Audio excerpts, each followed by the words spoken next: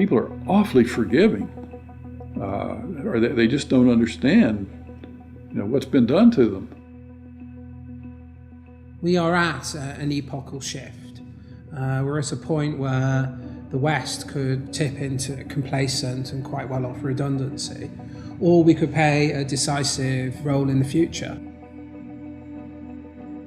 What the banks did was reprehensible. That was why there was the outrage at the greed of the bankers when we gave them money that was supposed to help them lend to others, but they decided to use that money to pay themselves bonuses. For what? For record losses? We are governed by corporations today, often by corporations that don't have very much interest in the United States of America. I don't know what happened, man. What happened to the United States? It went so far in the ditch. At what moment did it all go bad? Was it disco? Was it Donna Summer? Is that what killed America?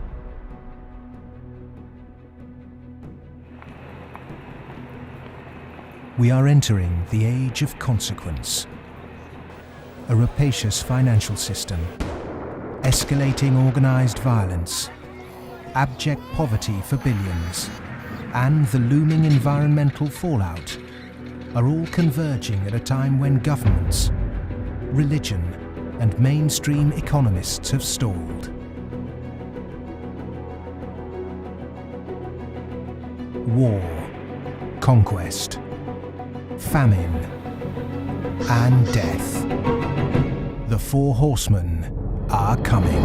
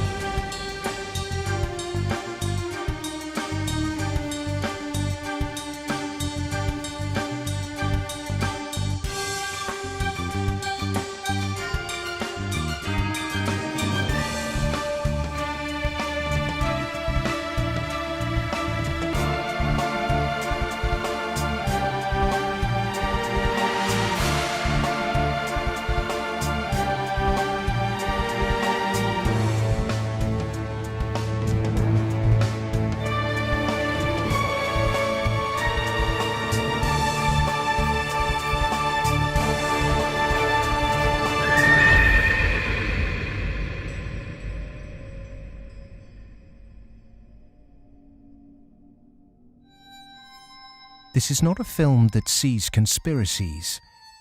It's not a film that mongers fear. It's not a film that blames bankers or politicians. It's a film that questions the systems we've created and suggests ways to reform them. Over centuries, systems have been subtly modified, manipulated, and even corrupted, often to serve the interests of the few. We have continually accepted these changes, and because man can adjust to living under virtually any conditions, the trait that's enabled us to survive is the very trait that has suppressed us. Most societies have an elite, and elite tries to stay in power. And the ways they stay in power is not merely by controlling the means of production, to be Marxist, i.e. controlling the money, but by controlling the cognitive map, the way we think. And what really matters in that respect is not so much what is actually said in public, but is what is left undebated, unsaid. For centuries, gatekeepers have manipulated our cognitive map. But in 1989, a computer scientist by the name of Tim Berners-Lee implemented the first successful communication between an HTTP client and server. The World Wide Web was born. It has since unleashed a tsunami of instantly accessible, freely available information. Just as Gutenberg's printing press wrestled control of the cognitive map away from an ecclesiastical and royal elite, today the internet is beginning to change governments, finance, and the media. We are at the cusp of change. But to enact it, we must first understand the things that have been left unsaid for so long. To do that, we need context from people who speak the truth in the face of collective delusion. Because to understand something, is to be liberated from it.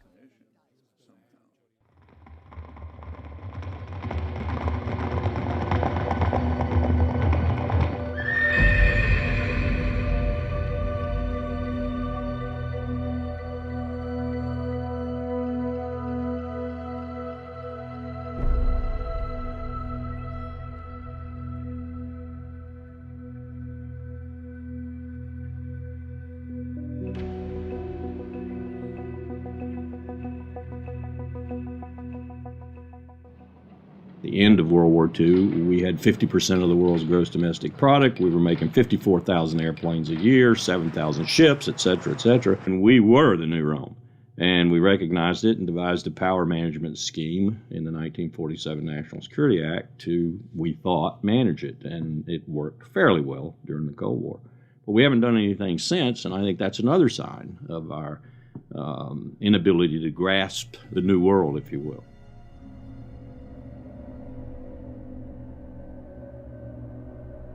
Empires do not begin or end on a certain date, but they do end, and the West has not yet come to terms with its fading supremacy. At the end of every empire, under the guise of renewal, tribes, armies, and organizations appear and devour the heritage of the former superpower, often from within. In his essay, The Fate of Empires, the soldier, diplomat, and traveller Lieutenant General Sir John Glubb analysed the life cycle of empires. He found remarkable similarities between them all.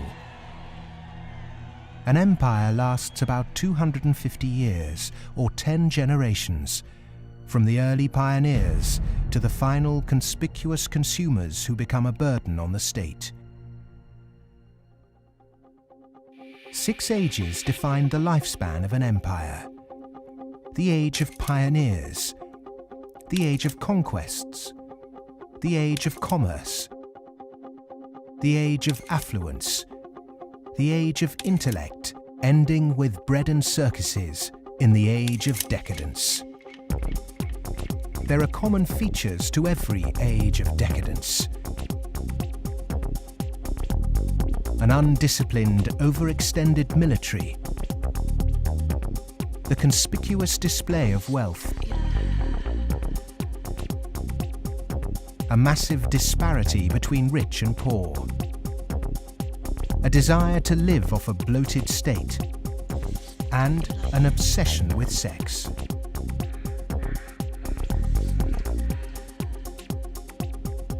But perhaps the most notorious trait of all is the debasement of the currency. The United States and Great Britain both began on a gold or silver standard, long since abandoned. Rome was no different. So it started on a principle that was very sound, and it was on a silver standard. But as it corrupted further and further and further, the Roman denarius got to the point where it was basically a copper coin, and they learned how to plate, and it was washed in silver, and in circulation the plating came off. And at the end, all the senators that really did at one time represent the people only were interested in representing how much wealth they could steal at the top. Great empire wealth always dazzles, but beneath the surface, the unbridled desire for money, power, and material possessions means that duty and public service are replaced by leaders and citizens who scramble for the spoils. Historically, all the signs of the demise of empire are beginning to develop. Some are more trenchant than others. This current financial and economic crisis, that sort of thing always accompanies the demise of empire. The people of Rome were constantly being distracted by the gladiatorial events, and the politicians knew that they did this. Whenever there was unrest among the people, they had a huge event going on, and they created a new event with lots and lots of gladiators, and every day we're doing that. That is a common trait of declining empires. And so today in the United States, for example, you find a tremendous emphasis on all kinds of television programs that distract people from what's really going on. Sports is a big part of that, as it was in the gladiator times. In essence, we've been lulled into a lethargy, and we've accepted it. Just as our sports stars today earn vast sums, so did Roman charioteers. In the 2nd century, one by the name of Gaius Apuleius Diocles amassed a fortune of 35 million sesterces in prize money, equivalent to several $1 billion today. Strangely perhaps, there's another profession that is disproportionately hallowed as an empire declines. The Romans, the Ottomans and the Spanish all made celebrities of their chefs. And this again is typifying the end of an empire, where things were so great, we have this last oomph of momentum that we used to be great, and we felt great, and we don't feel it anymore. So everyone is out searching for it. Well, maybe it's in the best food, or the best clothes, or the best music, or the best movies, or a reality TV show, or another magazine. But you can never get enough of what you don't need. What you need is a strong moral conviction that is pervasive throughout the society, and integrity reigns. There's a vast apathy. There's a vast amoralism, even a political nature to it. That is to say, there are vast numbers of people who don't give a damn. And so there's this natural, I suppose, entropy, any living organism, which an empire is, of course, over time dies. Question is, how does it die? Does it die in a violent cascade of events, or does it die over a long period of time? The baby boomer generation were born into this age of decadence. Perhaps unwittingly, they've broken the unspoken intergenerational contract. Through unfettered consumerism, spiraling house prices, and a desire for eternal youth, the baby boomers have squandered future generations' inheritance. My generation, the generation right after my generation, I think we forgot that little phrase in the preamble to our Constitution, which says, "and our posterity." All of a sudden it became us, period. The baby boom generation, which I'm a part of, has gone and done the biggest misallocation of capital in the history of mankind. We have had cheap oil, or cheap energy is a better way to phrase it. We've had an abundance of ideas, and we have chosen a system and perpetuated it that is probably one of the worst ways to use the blessings that were bestowed upon us. And we are going to pay a price for that. Human beings are inconsistent and paradoxical. We hope for peace and immortality, but continually invent new ways to destroy each other. We're capable of the kindest, most noble acts and the most horrific atrocities. Human beings are complex creatures. I mean, for example, we're capable right now, at this minute, of acting in such a way as to make it likely, if not certain, that our grandchildren are going to face terrible disasters. And we're consciously acting to accelerate that likelihood, even though we all love our grandchildren. How can you be more contradictory than that? In spite of all the economic activities of last 50, 60, 70 years since the Second World War, and all the industrialization, we have not yet managed to solve the problem of poverty, deprivation, hunger, malnutrition. Millions of people every night go to bed without food, and millions of people are throwing away their food. Waste on the one hand, and poverty and deprivation and hunger on the other hand. Malnutrition on the one hand, and obesity on the other hand. What kind of system have we created? Why, with such brilliant knowledge on the planet, are we still struggling to distribute wealth fairly? How has the human race developed a flawed system of government and economics that serves the few at the expense of the many? And with such poverty in an age of plenty, why have we not had the will to change such a vicious social structure? Greed is the fundamental kind of ingredients for the immoral economy. The problem is not that there's not enough in the world. People say that there's a poverty, we have to create more wealth. There's enough in the world for everybody's need, as Mahatma Gandhi said, but not for anybody's greed. But is it just greed, or does it go deeper than that? Is the problem systemic?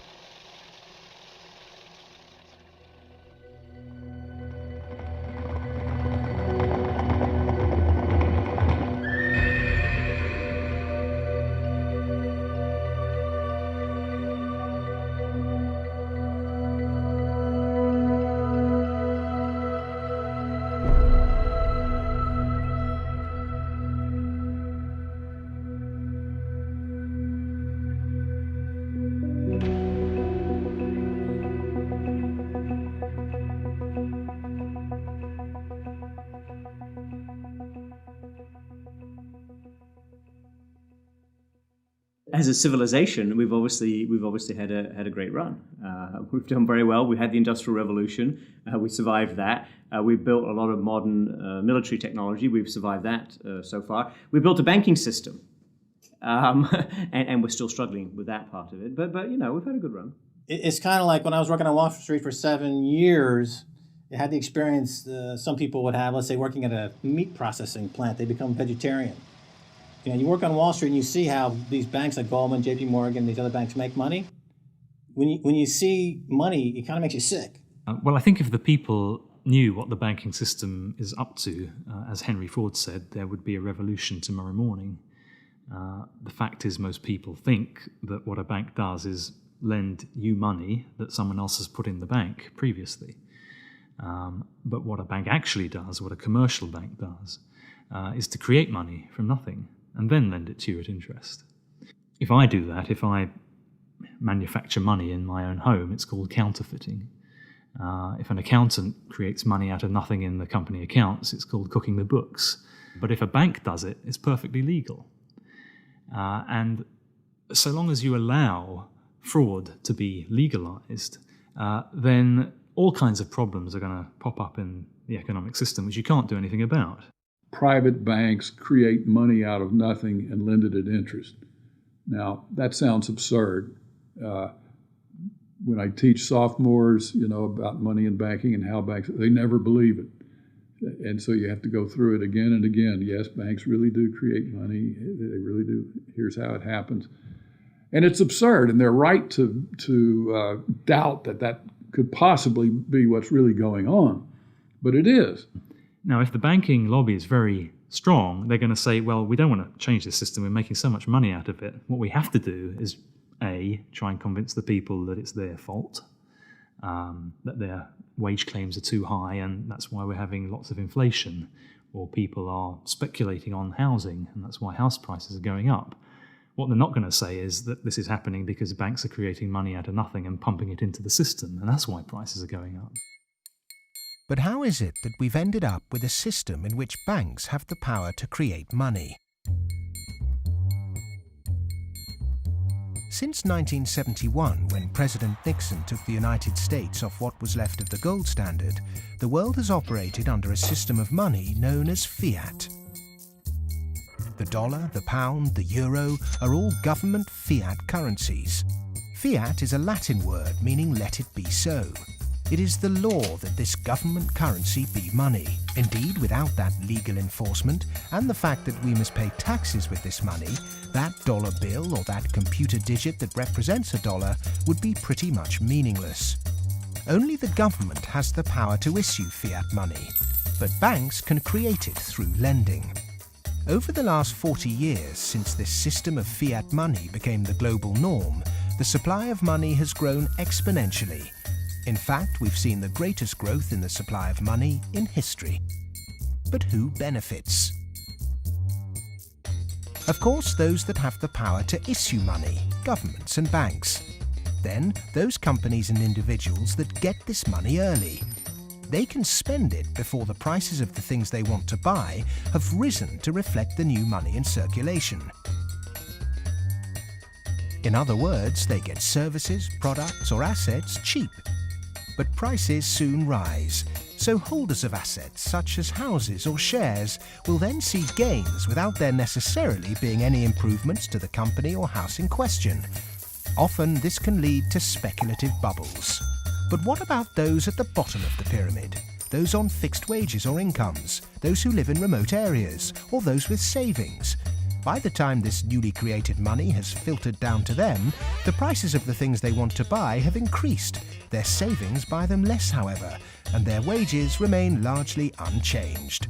In some cases, they have to take on debt just to be able to afford the things they were previously able to buy, which means they have to go back to the banks. In reality, this process of creating money only redistributes wealth from the bottom to the top of the pyramid, and thus that ever-increasing gulf between rich and poor gets bigger and bigger and bigger. Well, when you get off the gold standard and you go into a fiat money currency, combined with a fractional reserve banking system, you end up compounding debt faster than you can ever possibly produce to support that debt. So eventually you're going to find yourself back into debt slavery. And that's what's happened in the U.S. For every dollar of GDP, for example, in the U.S., it also creates something like $5.50 worth of debt. Because this is what happens when our economy flips over and basically capsizes. And of course, the government solution now to address all the problems is basically to create more debt. You can never get enough of a currency that doesn't work. You can print it till kingdom comes, but you can't print wealth, and you can't get yourself out of debt by making more debt. If you could print wealth, Zimbabwe would be the largest, most prosperous country on the planet. We all know it doesn't work. Of the money in the world today, 97% of it is debt. The French philosopher Voltaire once said, "All paper money eventually returns to its intrinsic value, zero." For 3 generations, the world watched the fight between capitalism and communism. But in the 1980s, the Russian economy started to collapse. The Soviet Union capitulated, and so-called capitalism reigned supreme.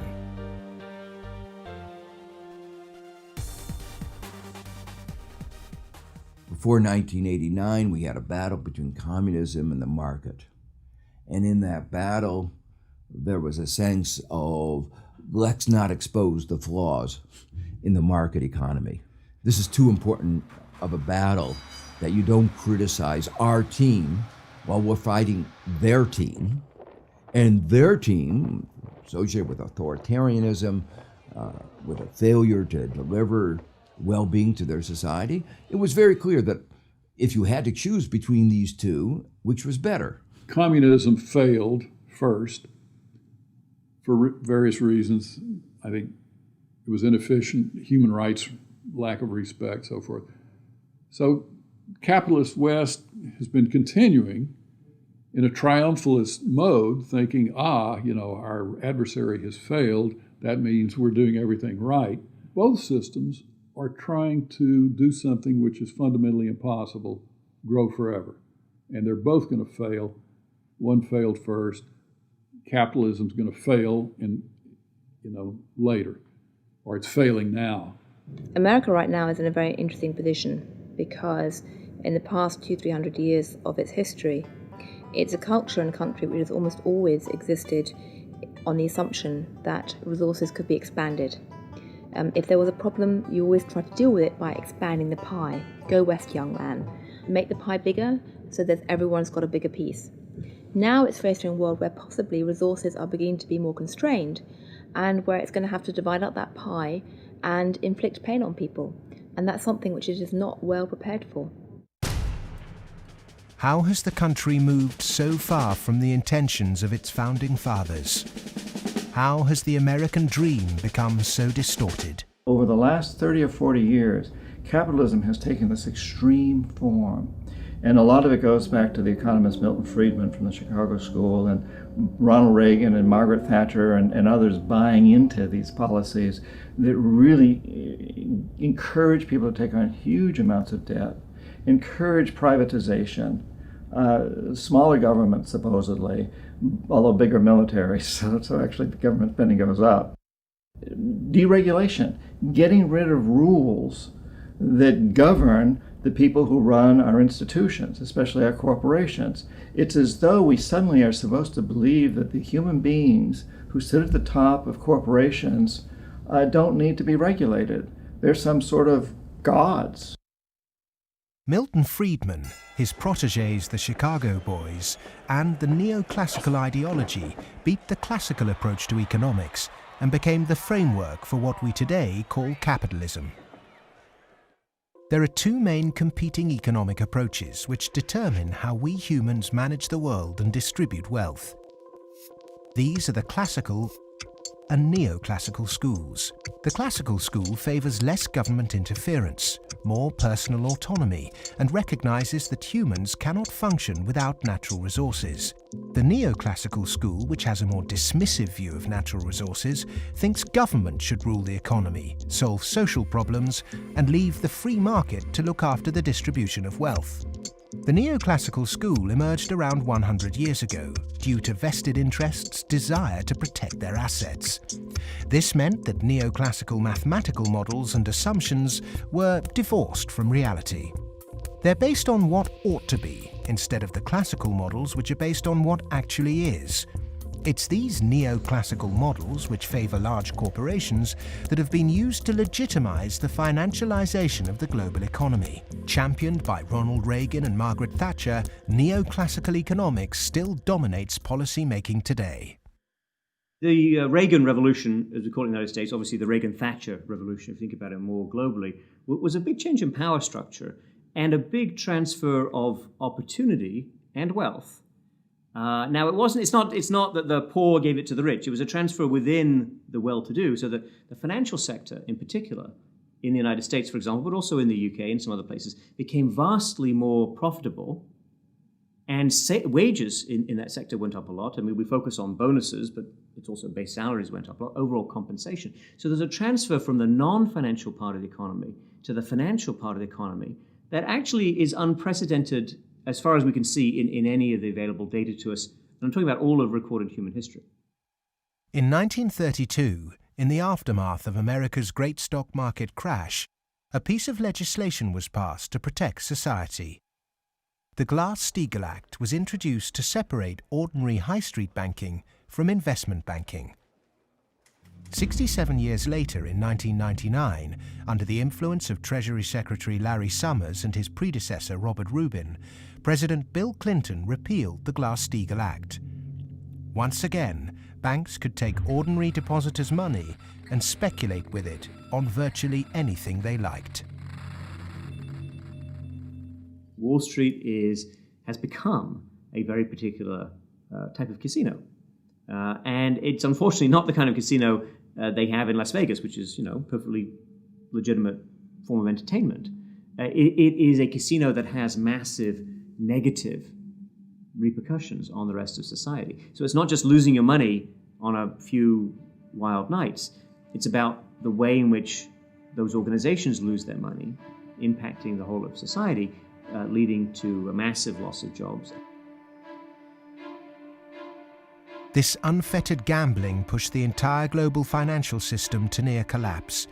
With balances and debt obligations larger than the GDP of entire countries, the banks had become too big to fail. The West was unprepared, and bankers met their reeling and disorientated governments. You have to bail us out. We need money. If you don't give us the money, the whole thing goes down. And what are you going to do with millions and tens of millions of people who have lost everything in their bank account? You will have a revolution on your hands. So fork over the money. Borrow the money, create it out of nothing, and give it back to us, and so that we can face our problems and not go under, or otherwise. And this is what Mr. Hank Paulson did in the U.S. Congress. He went there one day and he told them, well, look, we need $700 billion, and we need it now, or else. Is this system we call capitalism really capitalism? In a capitalist system, government is supposed to be small.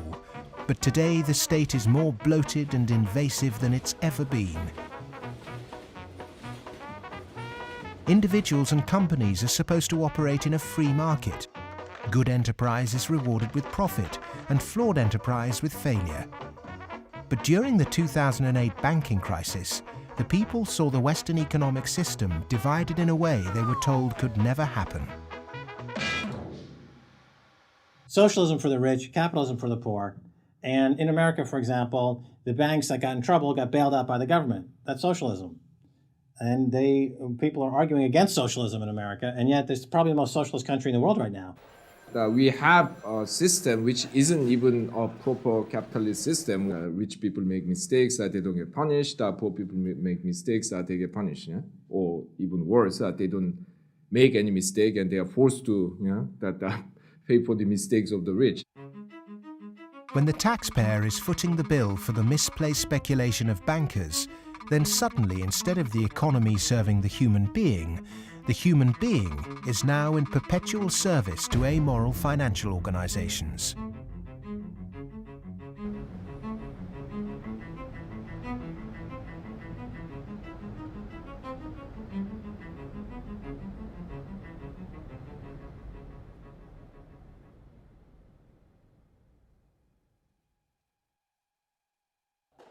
It was the head of the Federal Reserve Bank, Alan Greenspan, who after 9/11 slashed interest rates to encourage lending.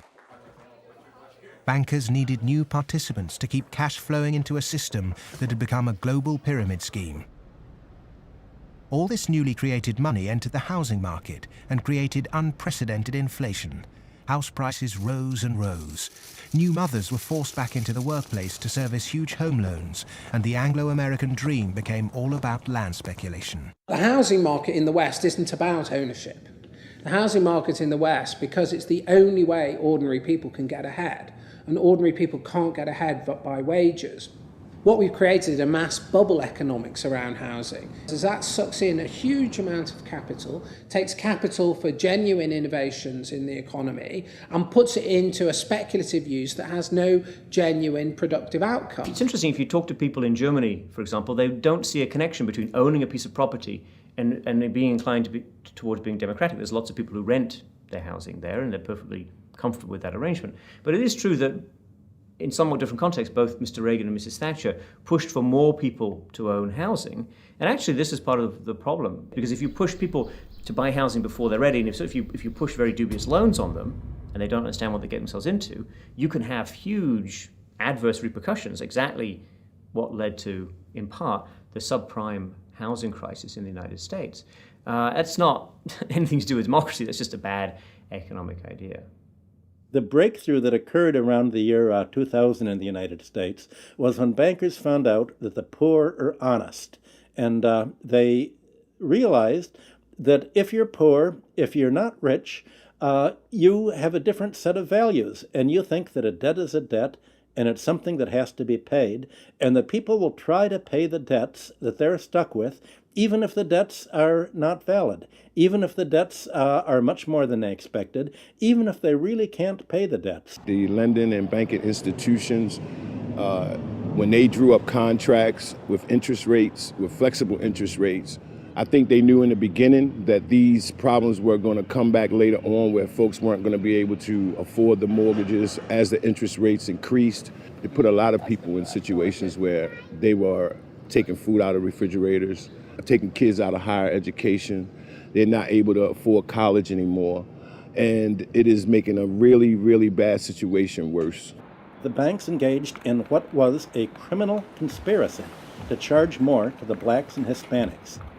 The banks got together, backed the Bush administration to block the state prosecutions of racial lending in order to exploit and charge more to the minorities. These are loans which were made by one of the major lenders in the city and in this country, Wells Fargo, in which Wells Fargo targeted minority communities in the city, put borrowers into loans that they could not afford, put borrowers into loans that were of the subprime variety, therefore more expensive and less advantageous to the borrowers. Hiding predatory lending practices in the small print of complex financial products was only ever going to enrich one set of interests. Many of the communities in which African Americans live in the city were establishing momentum. There was development activity that was occurring. We were seeing signs of vitality in many of these communities, and the results of the Wells Fargo foreclosures and the subprime lending practices of that lender and others has significantly impaired that progress and brought it to a halt. They're not worrying about, they don't come in the heart of it. Like, you in the heart of it, so you see. They don't really see the struggle if they don't come in the heart of it. They see the outside of it. That's like looking at the cover of a book and seeing the outside of a book, but if you don't go inside the book, then you'll never know what the book about. So they're not worrying about nobody else but themselves. And I think it's wrong, because if they come in the heart of it and they see it, they'll be willing to help. What happened in Baltimore is just one example of what is happening all around the world. One way to frame this injustice is by branding it a race issue. But when we look really closely, we can see that there is something at play here that transcends race: profit. Not an accident, for instance, that we had the deregulation in our financial industry that was such a disaster. The lobbyists of the finance industry amount to 5 per congressperson. In other words, they pay 5 people for every congressman to explain to them, persuade them, that they should pass legislation that is favorable to the financial industry. The poor people who are devastated don't have the money. They couldn't hire 5 per congressman. So the way our democracy works, it's an unlevel playing field. The financial sector has acquired enormous power, partly through political contributions, so buying favors, but mostly through ideological control, convincing people that finance is good, more finance is better, and unregulated finance without limit is best. And that is really the cornerstone of this, what we call in the United States, the Wall Street-Washington corridor. I mean, if people need any proof as to who's controlling Washington, when the bailout came after Lehman Brothers collapsed, 80% of the population was against the bailout. Notwithstanding that, Congress passed the bailout, just showing, in my view anyway, that it's really under the control of banking interests. It's not a reflection of good democracy when a company, a group of companies, an industry, says our interests are more important than the national interest. How can that happen? Very easy. That's the role of campaign contributions, lobbying, in America's political structure. We have a flawed democracy. This is an advanced oligarchy in the sense that its main mechanism of control, if you like, is through convincing people that you really need, for example, the 6 biggest banks in the United States in the particular form they exist today, with the very light level of regulation. And if you don't have them, if you try to change that, all kinds of awful things will happen. And this is not really blackmail. I mean, it sounds like blackmail, but they convince you it's not blackmail, it's just that's the way the world is. There's nothing you can do about it. Oh my goodness, you just have to cooperate with them. It's very clever. The Fed is essentially the lobbyist for the commercial banking system. When you say you want to turn regulation over to the Fed, you're saying the financial sector and Wall Street should be self-regulated. And the Wall Street has veto power over whoever is going to be the head of the Federal Reserve. As long as you give veto power over the regulators to Wall Street, as long as you pick the bank regulators from the banking industry itself, you can forget any thought of calling it regulation. It's deregulation, and to call it regulation instead of deregulation is using Orwellian doublethink. Democracy is government by the people. Plutocracy is government by the rich. In a typical plutocratic state, economic inequality is high, social mobility low, and because of continuous exploitation of the masses, workers find it nearly impossible to climb out of poverty. The equal voting rights movement in the early 20th century abolished a system where rich people had more votes than poor people. But today, lobbying has put pay to that and reduced the American political system to a mere clearinghouse for the concerns of the rich.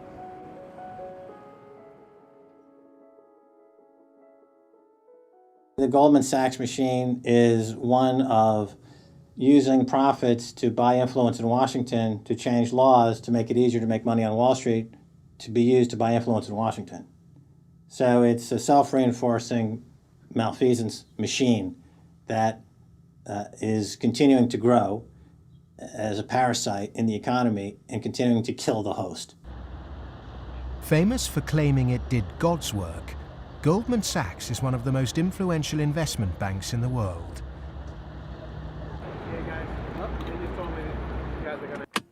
Its alumni often occupy positions of great influence in governments and central banks.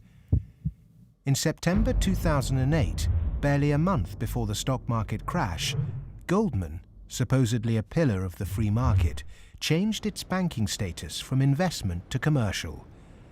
This meant it was now eligible for state protection. Socialism for the rich, right there. Goldman Sachs are extremely efficient at what they do. Their task is to make money. They make bank robbers like Willie Sutton look like modest amateurs. They're huge bank robbers, but it's legal. The system is set up so that they can do it. In the recent years, they've been selling securities put together from mortgages that they knew were worthless. So they're selling these things to unwitting consumers, making a ton of money on it.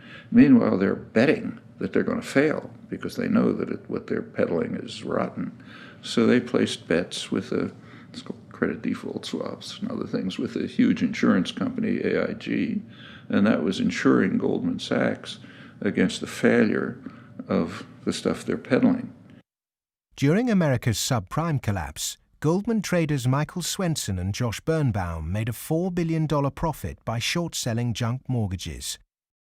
Backed by Dan Sparks, internally Goldman Sachs called their position the Big Short and bet against their own clients. Senator Carl Levin called Goldman Sachs chief executive Lloyd Blankfein to a Senate subcommittee to testify under oath. Much has been said about the supposedly massive short Goldman Sachs had on the U.S. housing market. The fact is, we were not consistently or significantly net short the market in residential mortgage-related products in 2007 and 2008. We didn't have a massive short against the housing market, and we certainly did not bet against our clients. Riding the Big Short in 2007 made billions of dollars for Goldman. And so far, they've got away scot-free with this massive heist. So they're now back bigger than before, richer than before, biggest profits they've had in history, huge bonuses. They're doing great. A lot of what they're doing has, in fact, probably maybe all of it, has almost nothing to do with the benefit of the economy. Can there be any objection to genuinely talented people earning big money if they bring something new and tangible to the world? If they take great personal risks with their own money and actually bring greater prosperity for all? In a free market, if I have a brilliant idea that I can run an automobile on grass clippings, as an example, and I produce that car, my motivation might be to make money. But if the market says, my goodness, this is the greatest automobile ever invented by mankind, and I make $1 billion, I've not only served myself, but I have served everyone else that needs transportation. And that is the brilliance of a free market, is that paradox that you can serve yourself and simultaneously serve others. And that's what it's all about. But how many of the general public have achieved greater prosperity through a banker's bonus? It was against the holy backdrop of St. Paul's Cathedral in London that Goldman Sachs vice chairman and mouthpiece Lord Griffiths gave insight into how certain bankers really think. The devoted Christian defended extortionate bonuses. I'm not a person of despair, I'm a person of hope. And I think that we have to tolerate the inequality as a way to achieving greater prosperity and opportunity for all. The fundamental Christian view, and I would say of Islam as well, and certainly of Judaism, is that wealth is to be shared. money has to be shared. You can't take it with you. And from that develops a whole lot of stuff about justice and the economy and so on. And we've lost that, and instead we've got people accumulating more and more. And I just think it's disgusting that people have lost their homes, they lost their jobs, they can't pay their mortgages from bankers who made a big mistake and then paid enormous bonuses. I'm sorry, that is simply wrong. And I can't understand why we are not more vociferous about that. When rich people tell you that they specifically have to be rich through these egregious rip-off mechanisms, that's just self-serving propaganda and it should be disregarded. It is true that when you organize human society, some people get ahead and some people struggle. That's a natural mechanism. But saying, we've got to have inequality, therefore Goldman Sachs must be organized along the following lines, that's a complete non sequitur. At what juncture, at what point does morality enter into the economic calculus? In a way, many people think that Adam Smith gave us a free pass, a way not to think about morality. Because what Adam Smith said was that individuals in the pursuit of their self-interest are led as if by an invisible hand to the general well-being of society. Now let me make it clear, Adam Smith didn't really say that. That is to say, Adam Smith was very much aware that businesses, when they got together, conspired against the public interest, raised prices. He was aware of monopoly. He was aware of the importance of education that the private sector couldn't provide. So he himself was aware of all the limitations, but his latter-day descendants have forgotten all those caveats. Adam Smith was the godfather of classical economics, but since its publication, his work has been used as a political football, financiers twisting his words to suit them. Lord Griffiths advocates ruthless individualism to push this idea that if bankers get rich, then we get rich too, through a process known as trickle-down economics, or horse and sparrow theory. If you feed the horse enough oats, some will pass through to the road for the sparrows. The idea is that extreme wealth concentrated on a small minority will eventually trickle down to everyone else. But it doesn't work. Because by the time the money reaches the people at the bottom of our money pyramid, it's lost its purchasing power.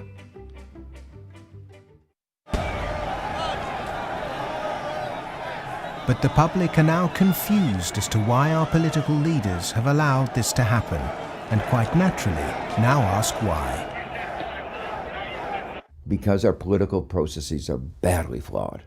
They're badly flawed because of the dependence on lobbyists, on campaign contributions.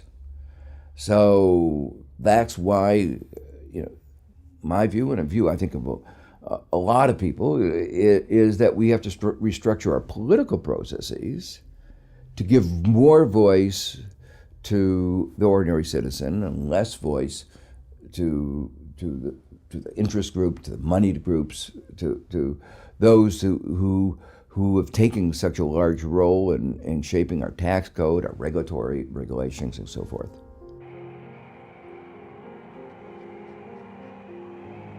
I stood on the front step of Colin Powell's house, and I look at him and say, "What next, boss?" And he said, "What do you mean?" And I said, "What next? Where are you going next?" "I'm going to write my book." I said, "No, I know you're going to write your book, but you're not going to do that for the rest of your life. Where are you going next?" He said, "Maybe a cabinet position, but first, money." I said, "Money?" He said, "Yeah, millions. That's the only way you can be a cabinet officer in the American government." Oh, wow. The Democrats and the Republicans are beholden to corporate interests, and until they become unbeholden to those corporate interests, we will never have a well-governed republic.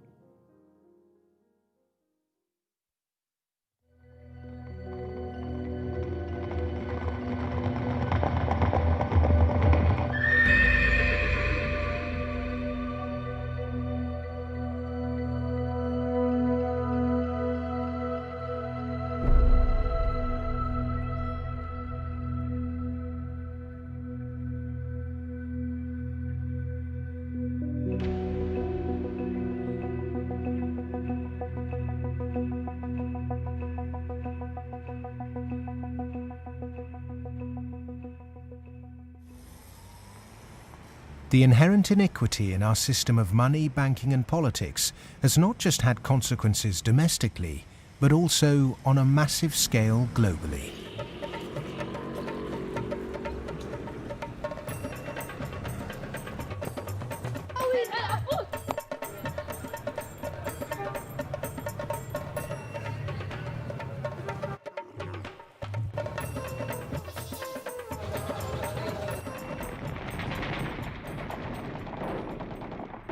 Western leaders have presented their military campaign in Iraq, Afghanistan and Pakistan as a moral obligation. But are there other reasons for it? The first financial beneficiary of America's foreign policy is the military. In particular, those who supply it with arms and equipment. The military has won wars, but how successful has it been in its bigger aim to eradicate terrorism? The drone attacks not only failed, but they've created extra extremism. They've helped in radicalization of youth in the northwest frontier and also in certain parts of Punjab and Pakistan. And because time after time, and sometimes, there's a feeling that America does this deliberately to destabilize Pakistan. I'm not so sure about that, but I certainly think those people who actually support this policy, every time you kill 10, the so-called terrorists, you create 500 more because they see the drone attacks as an attack on a sovereign state of Pakistan. If they really wanted to flush them out, there was no need for a huge military operation in Swat, causing the entire district to become internally displaced persons. The population of Swat is 1.8 million. There are 2.3 million refugees in the country. The whole district has been emptied. This wouldn't have been necessary if they had carried out a surgical commando operation to get the militant leaders. But they allowed them to escape, all of them. After the military, the next financial beneficiary are those who win the contracts to conduct the rebuilding process. In the West, people might even feel optimistic when they hear that the US is pumping tens of billions of newly created dollars into developing nations to build infrastructure. But often this too doesn't seem to achieve the publicized goals. Is there another reason we give these countries aid? We economic hitmen have created the world's first truly global empire, and we've done it primarily without the military. We work many different ways, but perhaps the most common is that we'll take a third world country that has resources our corporations covet, like oil, and then arrange a huge loan to that country from the World Bank or one of its sister organizations. However, the money never actually goes to the country. Instead, it goes to our own corporations to build infrastructure projects in that country, power plants, highways, industrial parks, things that benefit a few wealthy families in that country as well as our corporations, but don't help the majority of the people at all. They're too poor to buy electricity or drive cars on the highways. They don't have the skills to get jobs in industrial parks, but they're left holding a huge debt.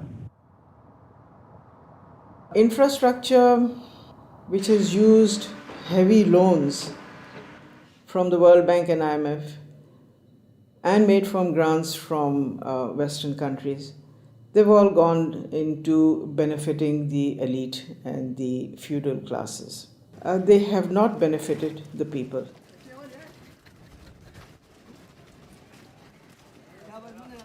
A lot of money goes to these consultants and companies from the West who charge huge amounts of money, and actually the real money on projects and on ordinary people is very limited.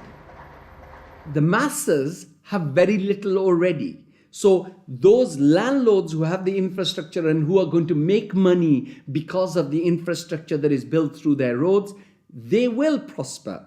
But the ones who don't have any resources, they've not had jobs, there isn't an economic activity for them in terms of manufacturing goods so they can sell and they can also prosper. When you don't have that, what do? They resort to joining the Taliban because they see the enemy coming in and taking away what little bit they have.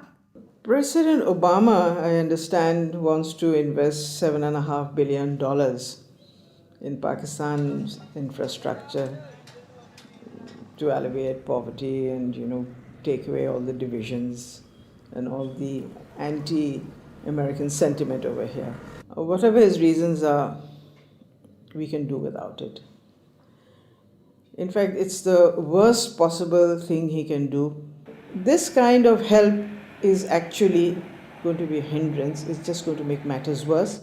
It will bring this contrived war and terror into our rural areas. How much of US foreign policy is genuinely altruistic? And how much is it influenced by the banks and corporations that profit so tremendously from it? America's evangelism of democracy is riddled with contradictions, not least of which this idea of promoting democracy at the point of a gun, or opposing regimes which are democratic but not in the way that America wants. So too, this idea that America has been promoting free market capitalism has also been riddled with contradictions, because the reality is that American firms tend to make most money when countries are at the cusp of change, certainly American financial firms, and in a sense they want markets that are changing structurally, but not too free and too transparent, because they make money when markets are a bit opaque. Is it any wonder developed nations are fighting in underdeveloped countries when so many are making so much money out of it, without ever really having to face up to or even witness the consequences of their actions? So what if 5 million kids died in Africa because of debt last year? I got a bonus of £1 million, and if I have that conversation, I've had it with some bankers who've been in the business a long time, and they listen politely. They're very polite, very charming, and at the end they say, "Well, Tariq, it's lovely meeting you again," and they go back to the office and do another loan deal for Tanzania or something. I've known a lot of terrorists, quote unquote. I've met them, I've interviewed them for books, I've known them since I was an economic hip, and I've never met one who wanted to be a terrorist. They all want to be with their families back on the farm. They're driven to terrorism because they've lost the farm. It's been inundated with water from a hydroelectric project or with oil from oil derricks. Their farm's been destroyed.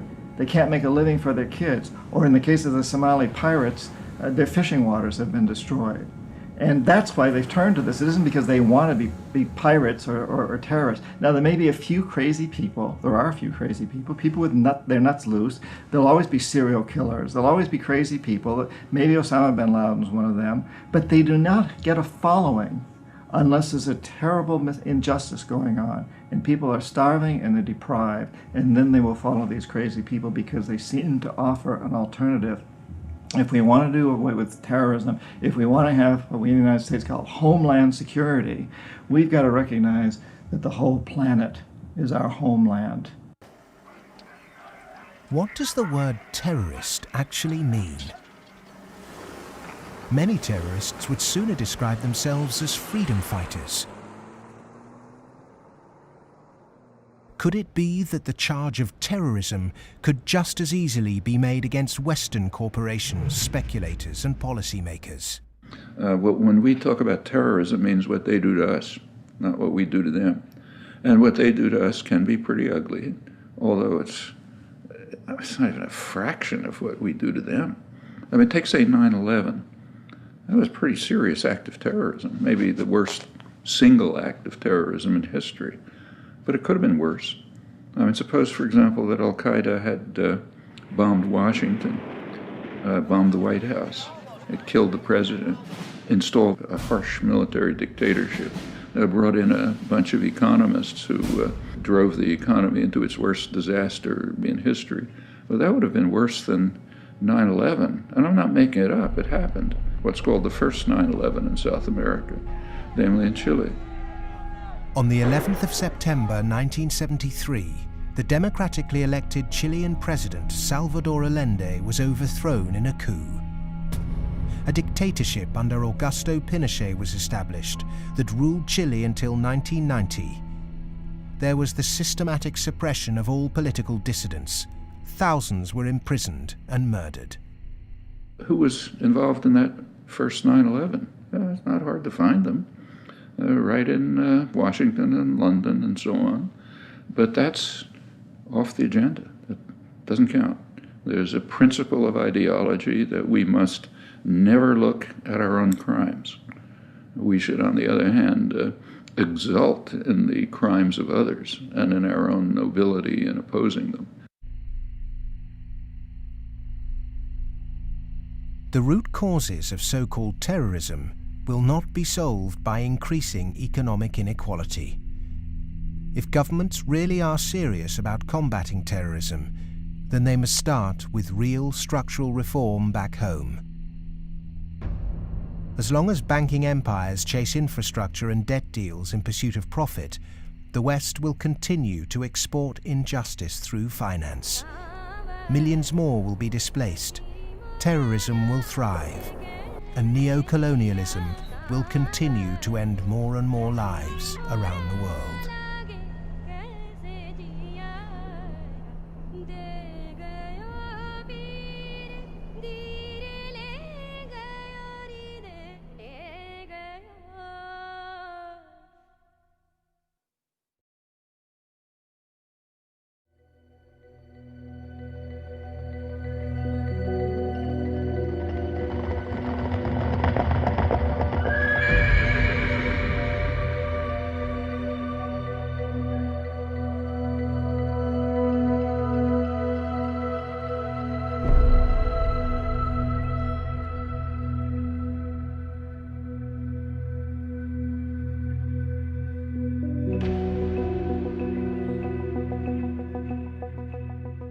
What's happened is that we have moved from a relatively empty world to a relatively full world. That is, empty of us and all of our stuff to now full of us and all of our stuff.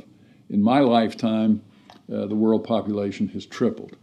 And the populations of other things, of cars, houses, boats, all these other things that put a load on the environment too, just like human bodies, those have vastly more than tripled. So the world is very, very full of what we might call man-made capital. And it's becoming more and more empty of what used to be there, what we might call natural capital. We are the first generation, we in the rich developed world are the first generation to have got to the end of the real benefits of economic growth. For hundreds of years, the best way of raising the real quality of human life has been to raise material living standards. And that's what's driven the huge rises in life expectancy and increases in happiness and other measures of well-being. But all those have now come detached from economic growth. And although life expectancy continues to rise in the rich world, it's no longer related to the amount of economic growth a country has at all. And the same is true of measures of happiness and measures of well-being. The paradox is the more we grow, the more poverty we create. Our self-interested economic system seems to be continually missing a trick. So as we keep plundering the Earth's natural capital, is it time to rethink our Western definition of progress? When I look at the world, I look at it much the way Royal Dutch Shell looks at it. They have one of the best strategic entities in the world, private or public. And Royal Dutch Shell has posited two scenarios. One is called Blueprint and is obviously a planned corporate structure where world leaders get together and they think about things like energy transformation, planetary warming, and dwindling fossil fuels and so forth. The other is called Scramble. And Scramble is pretty much what it sounds like too. It's a mess. Interestingly enough, in 2075, the ending year for these scenarios, as I recall, we get to about the same place. It's just that Blueprint leaves a lot less blood on the floor. Scramble leaves a lot of blood on the floor as people fight for these resources and so forth. The reason oil companies are drilling miles under the sea is that the world's easily accessible oil has already been found and largely consumed. Not only are oil supplies dwindling, major new metals discoveries are becoming increasingly rare. 40% of the world's agricultural land is seriously degraded, and ever more volatile yields continue to be unevenly distributed. It may be that the looming environmental threat is not global warming, but the exhaustion of the world's resources. We're going to have struggles for finding land sufficient to grow the agricultural products for what the United Nations says is going to be a 9 billion Earth population. We're going to struggle over non-renewable fossil fuels as they run out. I think Shell posits about 2075 they'll be gone. And we're going to struggle over things like water and other precious resources that are necessary to our life and to our economy. And this could be, as Shell says, a blueprint affair with world leaders working together to share and share alike. Or it could be a real mess, and Shell, incidentally, bets on the mess. Just like the baby boomers' failure to look to the next generation, our outdated competitive mentality for a world of depleted resources could have devastating consequences. Our economic setup encourages one-upmanship, competition and comparison, whereas the progress humans have made over millennia has been largely based on cooperation. In any species, in almost any animal, there is always the potential for huge conflict, because with any species, all members of that species have the same needs, so they might fight each other for food and shelter and nest sites and territory and sexual partners, all that kind of thing. But human beings have always had the other possibility. We have the possibility to be the best source of support and love and assistance and cooperation, much more so than any other animal. And so other people can be the best or the worst. You can be my worst rival or my best source of support. In a progressive society, to meet our common economic, social and cultural needs, we must move from globalization to localization. The benefits of a communal sense of fellowship, responsibility and purpose in a life driven by production, not consumption, would lead to happiness and satisfaction. Indeed, we must ask, have our modern consumerist lifestyles made us happy? I think if one had been living in the 19th century and somebody had told you that 100 years later people were going to be living in this extraordinary wealth and comfort, with central heating and being able to throw away such a high proportion of our food as we do, we'd imagine that we'd be living in a state of extraordinary social harmony and everything would be rosy. And it's really quite remarkable, the contrast between, if you like, the material success of our societies and the social failure. The growth economy demands that we make consumption a way of life. He who dies with the most toys became the ambition, and retail replaced spiritual satisfaction. Unsurprisingly, sales of antidepressants skyrocketed.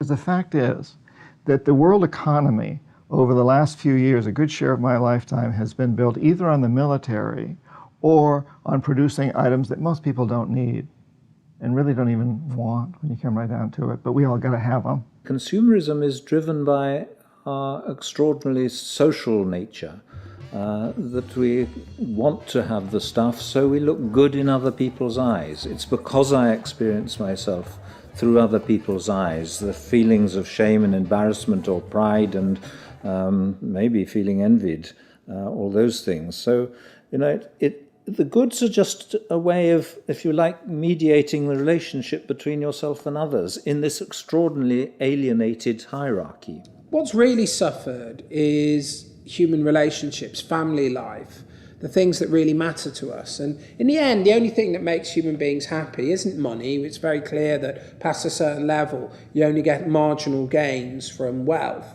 What really makes us happy is other people. It's our relationship with other people that's really been damaged by the last 30 years.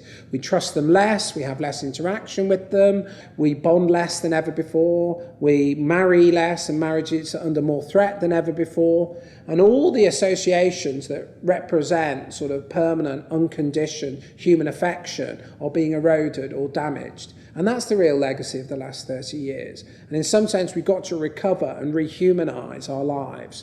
Otherwise, not only will they be nasty, brutish and short, but they'll be lonely.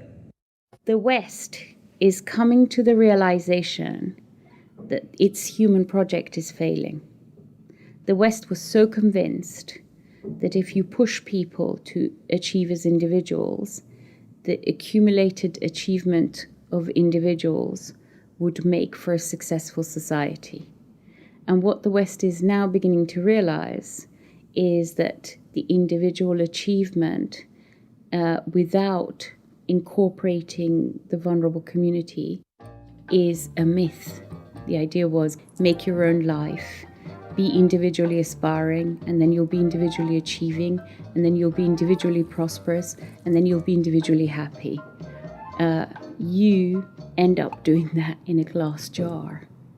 And the glass jar has a limited height, and it's encapsulating, and in the end, you die of lack of oxygen.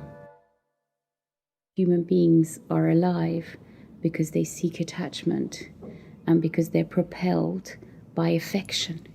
So the isolated, achieving individual in the end implodes. In order to find a purpose in life, it has to be outside yourself. It matters not how you construct it outside yourself, as long as it's a positive value added to society pursued.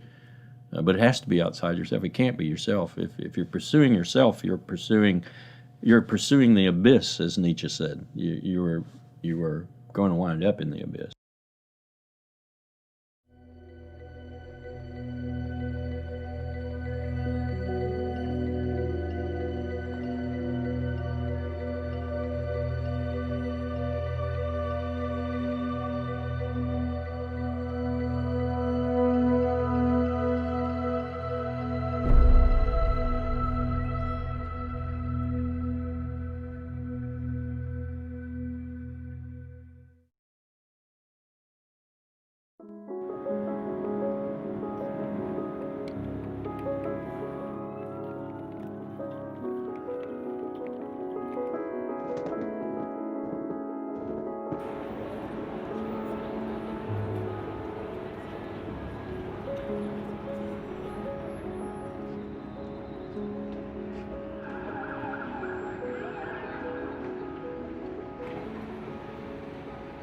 One of the most powerful cultural frameworks that shapes the way we think today in the West is the Hollywood film construction.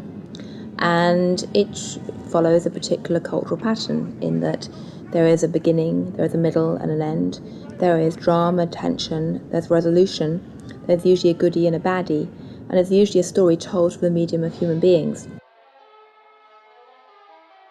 This Hollywoodization of the way that people communicate and the way they tell stories about themselves and view their recent history has very much impacted how we look at the financial crisis, in that people look at the beginning, the middle and the end. They look at the drama around Lehman Brothers and they wanted, say, a resolution, and they wanted baddies, they wanted sacrificial victims as well. So people have focused on a few individuals. And the idea that somehow it wasn't just one or two individuals who were at the root of the problem, it was a systemic problem, that actually almost everyone who participated was in some way guilty, either of outright negligence or simply failing to ask the right questions or simply failing to ask why money was so cheap for so many years. The idea that it was a systemic flaw is something which is very hard for people to grasp and even harder to depict as a good story. Perhaps there is this feeling of helplessness because we don't understand what the real problem actually is. Cleansing a few bad apples will not rectify the flaws at the heart of the Western economic system. A system that should be protecting people is in fact the very thing that's enabling our four horsemen to ride with such vengeance. The modern-day four horsemen: a rapacious financial system, escalating organised violence, abject poverty for billions, and the exhaustion of the Earth's resources, are riding roughshod over those who can least afford it. They gallop unchallenged because the cognitive map that's been put in place by our schools, universities, and our media does not encourage us to question accepted norms. Instead, there is apathy. In a sense, I think we're rather depressed societies. We've got used to the idea that there's nothing that can be done. There is no alternative, that, we're never going to deal with these environmental problems and we live in a dog-eat-dog society and that's it. I think what we have to take away from this is a recognition that most of these problems can be very substantially improved by making our societies more equal, reducing the income differences, and that also helps us to solve the environmental problems. We can reach a society that is qualitatively better for all of us. Well, the apathy is sort of engineered because you don't have any discussion of this in the public media, hardly by surprise. The public media are owned by the real estate and the financial interests, and they're not going to explain to people the integration between the financial, insurance, and real estate sectors, the fire sector. There's this disinformation going on, passing the buck, denying what the real driving factors are. All of these are common strategies. In fact, even in education, you can see that banks have helped to set up universities. They've funded them. They fund think tanks. They have educational foundations. They own newspapers. All of this stuff is going on as a kind of propaganda exercise so that the people don't actually work out what the problem is. You should not assume because you don't have a background in economics or in law that these issues are somehow too complex for you. They're not complex at all. It's very simple. It's about power, and it's about democracy, and you understand that just as well as I do. One source of this disinformation is the neoclassical school of economics. These economists and academics have been successful in convincing the world that their models were gospel. But just as Gutenberg's printing press was revolutionary in the 16th century, today we're at the dawn of internet enlightenment, which will remove the cloud of ignorance upheld by academic and media gatekeepers. Education can be a form of mass mind control, and it's astonishing that today neoclassical economics continues to be taught in all Ivy League universities. I do get letters from students in economics departments at other universities. They're into some graduate program or something, and they say, I just read such and such that you wrote, and this is the kind of thing that interests me. I'm stuck in this program here in which, I can't even talk about any of that. What's your advice? What should I do? What they're teaching you is what you're going to have to oppose. A lot of it. I mean, some of it's useful. But so some of it's useful, go ahead and learn it. And the other reason for learning the rest of it is know your enemy. An individual might not be able to change the system, but they can change themselves. If we're not offered proper education, we must begin our own. And a good place to start is to become reacquainted with the classical economists, and with something that so few question, but that affects us all, our system of money. If the monetary system of the world is not reformed, then we are headed towards the end of industrial civilization. I won't say that we're going to the end of humanity, but it's just going to be an absolute collapse of our world as we have known it, because it cannot function on fiat money. And none of those who are responsible for this want to admit it, but that is the fact. The fiat system of money is a man-made law, and it's been abused. Is there a form of money whose law is not set by man? When you look at natural law and gold, I sort of describe gold as being a natural form of money. All of the gold that's been mined throughout history still exists in its above-ground stock. It's about the size of 2.5 Olympic swimming pools if you put all that gold together in one place. The key is that this above-ground stock of gold grows by about 1 3/4% per annum, which is approximately equal to new world population growth, and is approximately equal to new wealth creation. So as the net result of this is that you have this very good consistency in gold's purchasing power over long periods of time, because the supply-demand equation is very much in balance.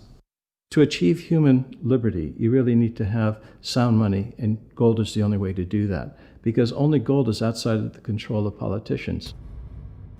With modern man-made monetary processes, a chronic excess of debt has built up at every level of society. Debt is now regarded as normal. It isn't. It's a form of slavery. But how much do we question our debt? And what should we now do about it? The classic example, most recently, of a debt cancellation was the German economic miracle in 1947. The Allies canceled all domestic and international German debts, except for the debts that employers owed their employees for the previous few weeks, and except for a basic working balance that everybody was able to keep in the bank in order to buy food for the next few weeks or so. Essentially, you would follow the 5 or 6 pages that the currency reform of 1947 did in Germany. You would start with a clean slate. That means that everybody would own their property free and clear. And the problem here is that you'd wipe off the savings that are the counterparts of that. That actually would not be such a bad thing if you look at the fact that the wealthiest 1% of Americans have concentrated an enormous amount of wealth in their own hands, more than at any earlier time since statistics have been kept. Our system of taxation also needs addressing. Currently, we're taxed on what we produce. Perhaps it would be more progressive to tax what we consume. How many American people realize that the Founding Fathers never intended Americans to be taxed on their labor? In other words, they weren't meant to pay income tax. The tax system that was exported from Britain, a relic of colonialism, has duped the world. The most important element of a tax system is to do what everybody expected to be done in the 19th century, and that is to base the tax system on land taxation, on the free lunch of land value, and on what John Stuart Mill called the unearned increment, the income that landlords made in their sleep, as he put it. Who made oil in the ground, coal or iron ore? These are things which are not the products of human effort. Of course, extracting them is, but their existence is not. And so the rents from natural resources are a wonderful source of taxation. Nobody made them, and when you do tax them, you cause all of us to use them more efficiently. So this seems like really the excellent thing to tax, rather than labor and capital.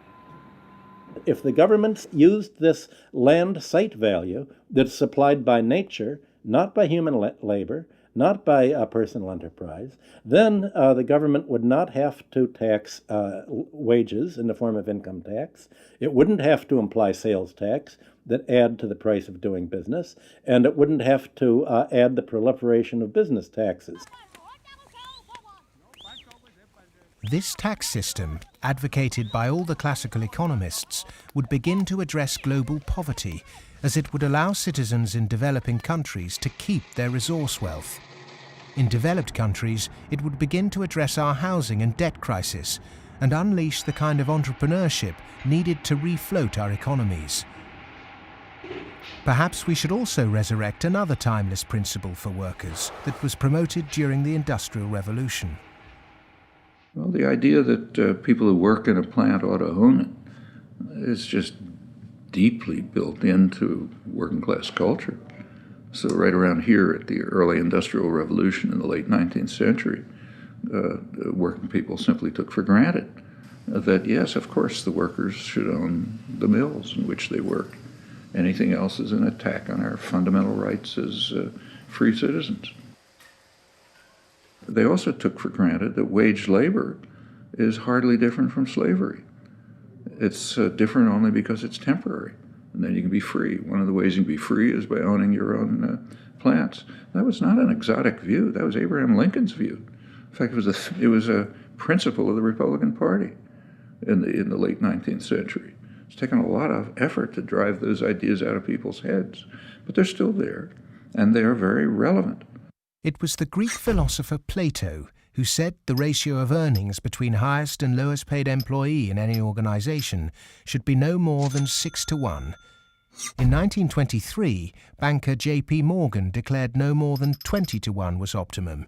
Yet today's salary difference between top and bottom earners in global corporations can be higher than 500 or 1,000-to-1. When you're up in the range of 500-to-1 inequality, the rich and the poor become almost different species, no longer members of the same community. commonality of interest is lost. And so it's difficult to form community and to have good, friendly relationships across class differences that are that large. When the public do vent their outrage at inappropriate earnings, the common defence is to move the debate to the psychological realm and quote mercurial British economist Herbert Spencer. He coined the phrase survival of the fittest, and his words are now used to justify excess. Competition in business is a good thing, but the playing field must be level. Monopolists have too much because the system they game is rigged. Under the current economic setup, the fitness of the vast majority of the world's population is irrelevant. Those that are made to pay for this crisis are not those that caused it. But those who caused it, for survival, will no doubt try to marginalize this film as socialist or even Marxist. I'm a capitalist. I'm a business person. I believe in the basic principles. That's why I'm completely appalled by seeing these principles destroyed by monarchs, monopolists, who have totally destroyed the system from within on Wall Street. And this is completely unacceptable. I'm a capitalist. I think capitalism can do it. It's not a question of getting rid of capitalism. It's a question of getting rid of this terrible form of capitalism. Capitalism, more broadly understood as market economy, not only has a future, I can't see the future of the world without it. But the question is, what kind of capitalism? What kind of market economy?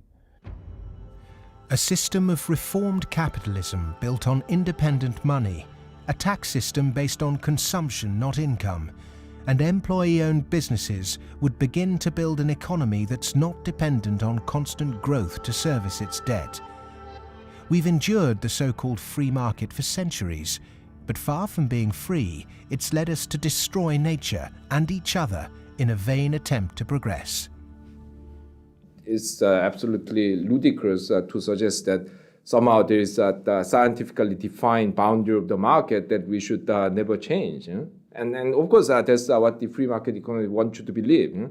Because once they convince you of that and claim that, on top of that, claim that they have the truth because they are PhDs in economics, then they can tell you whatever they want, and then you'll have to accept it. But that's where we have to take these guys on. Politics is about drawing the boundary of the market. When you think about it, a lot of things have been taken out of the market over the last 2-3 centuries. 2-3 centuries ago, you could buy and sell human beings, child labor, a lot of things that you wouldn't imagine you could buy and sell today. So, over time, we have redrawn this boundary, and there's nothing wrong with redrawing the boundary again. Things that were considered absolutely reasonable in the 1850s, like selling any chemical on a street corner and telling you that it's a pharmaceutical drug that will be good for you, things like that were absolutely commonplace then, are now serious criminal offences. Well, the same thing will be true of active money management in 100 years. The breakdown we saw in the Great Depression and witnessed again at the beginning of the 21st century occurred because in the name of growth, much was taken out of the system by those who contribute very little. Multinational corporates and banks will always want to grow without having to compensate those people who actually do the work to produce the surplus. In the past, every time too much was taken by those who contributed little, people rose up to halt the violent practices enacted by a tangible enemy. Today, the question is, with such a formless enemy pervading every element of our economic and democratic process, can it be done again? Of course it can be done again. Look, it's a cycle. We're not debt peons, but maybe rats running around a little wheel in somebody's big cage somewhere. The finance rises, finance becomes organized. You make a lot of money in banking. It's easy to go out and buy politicians. But the essence of democracy, the essence of American democracy, is this is a repeated confrontation, a repeated showdown. And in the 1830s, Andrew Jackson beat the second bank of the United States. In the early 1900s, Teddy Roosevelt beat J.P. Morgan and John D. Rockefeller. In the 1930s, Franklin Delano Roosevelt, FDR, beat everyone from Wall Street. And now we have to do it again. the one single thing that makes me optimistic rather than cynical, pessimistic, is my students. First, I do not see the desire to go to Wall Street amongst them. I see the opposite. Second, I see a disdain amongst them for people who are motivated. Not just they don't want money, I see a disdain amongst them for people who do just want money. The crises we face today are created by humans. And what is created by humans can be changed by humans. So we are all capable of transforming our world. Revolutions are philosophical. Getting organized and preventing the culprits camouflaging the real problem means it's possible to embark on a bloodless revolution against the violent organizations and barbaric leaders who've trashed the economy. Central banking, rigged capitalism, land speculation, income tax and neoclassical economics have corporatized democracy, stunted progress, perverted the course of human destiny and compromised the future of this planet. If these issues aren't addressed, then the next implosion will be on a scale unimagined. Whatever the propaganda, at the beginning of the 21st century, central banks' unregulated cheap money pumped up land values, which created an unsustainable asset bubble in a world that once again operates a rigged tax system that enriches entrenched privilege. Neoclassical economics have ruined life for the bottom billions, tempted everyone into intergenerational conflict, and created massive suffering that has no limits. Human beings go mad in crowds and come to their senses slowly and individually. History is littered with examples of people who threw themselves off the yoke of oppression to adopt radical change, only to end up with popular new rulers that maintain the status quo. To really understand something is to be liberated from it. Dedicating oneself to a great cause, taking responsibility, and gaining self-knowledge is the essence of being human. A predatory capitalist's truest enemy and humanity's greatest ally is the self-educated individual who has read, understood, delays their gratification, and walks around with their eyes wide open.